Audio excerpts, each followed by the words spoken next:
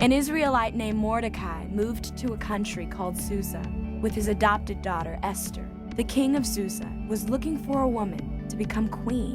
When Esther finally got to meet King Xerxes, he was attracted to her more than any of the other women. So Xerxes placed a crown on Esther's head and made her queen.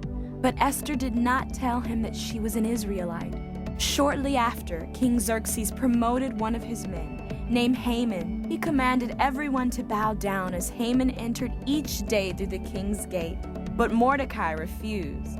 When Haman saw this, he was furious. He convinced King Xerxes to declare a law, stating that all Israelites living in the region would be killed on a specific day because they would not follow the king's laws.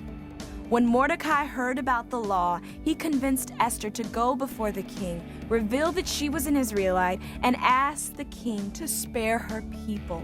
Esther was brave and approached the king, who asked, "What is your request?" Esther said that she wished for the king to host a banquet and to make sure that Haman was there. When the day of the banquet came, she revealed that she was an Israelite and begged for her own life and the lives of her people. The king was furious with Haman and had him arrested and killed. Because of Esther's bravery, the Israelites were spared and even honored.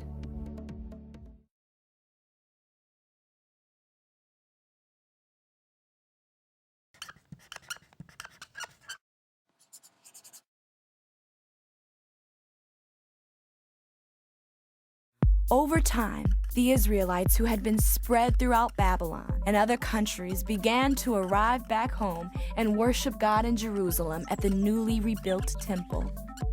But the wall around Jerusalem had still not been rebuilt, leaving it vulnerable to an attack.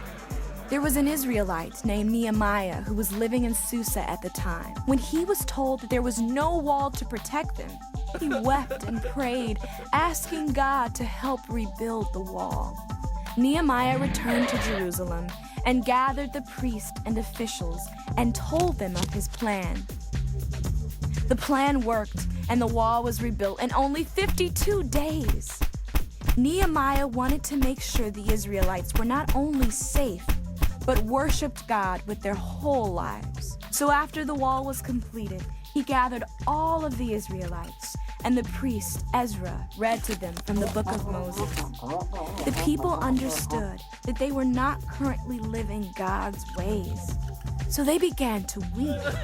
But Ezra stopped them, instructing them to instead celebrate all that God had done and return to God's ways. So the Israelites did what Ezra said and began to party. This went on for several days.